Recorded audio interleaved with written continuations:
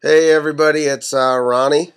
Day 4 is down, and not sure how many to go, but I think we're still on track for a quicker stay here.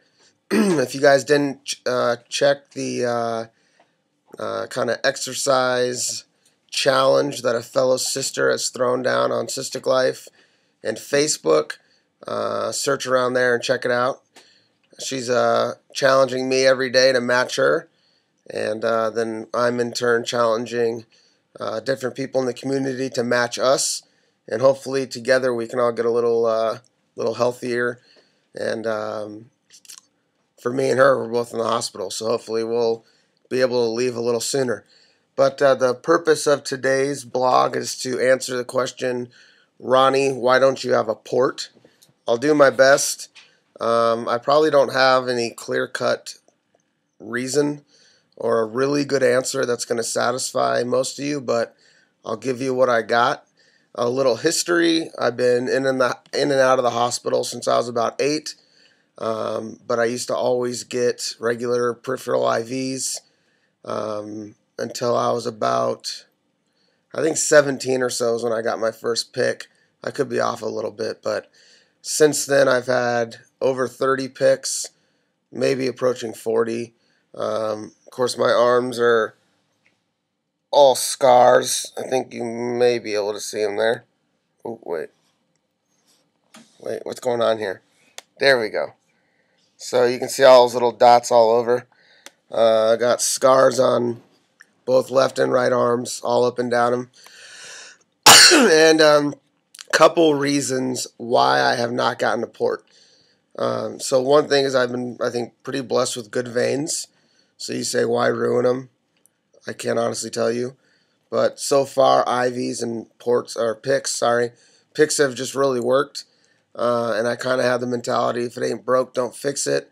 I don't mind being stabbed down in IR and getting a PICC started every time. And I love the idea of it being taken out before I go home. It's, I think, a mental block for me, the thought of having something permanently in my body when I go home. And I'm very worried about the mentality when I do get a port, which I know someday it's going to happen, and it could happen soon.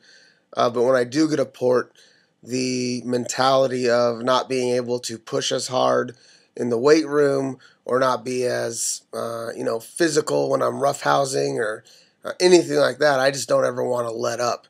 And I've always thought that a port would, somehow hold me back from really going all out in the different physical activities, which may or may not be true. I had another sister out there, Amanda, who's actually the creator of a great website called CF2Chat. She kind of nailed it on the head for me, too, when she said that sometimes we have the mentality that if we get a port, somehow we're saying to ourselves that we're worse off in the disease. And that's pretty close to how I've felt, not to say I'm worse off in the disease, but getting a port, I always felt that I was taking that next step, or somehow letting CF kind of win around, or CF get the upper hand, which, believe me, I know that's not true, and I know that's really faulty and probably immature thinking. But again, for me, it just is all part of my competitive nature and my competitive thinking, that I always give myself these challenges, whether they seem smart or whether they make sense or not. For me, it works. And so I motivated myself by avoiding a port and keeping my veins pumped up and ready, being able to get PICCs all these years. It somehow gave me the feeling that I was kind of ahead of the game, and I was doing what I could to stay, quote unquote, healthy. As many of you know, the last PICC I got was pretty rough. My veins are definitely running out and getting damaged, so I know a port is in my near future, most likely. But it's definitely still a decision that I'll personally have to get comfortable with before I move forward. So I'm certainly willing to hear what you guys have to say. I love all your opinions. I love all your advice. I think that's what we're here for. And looks like I included my IV.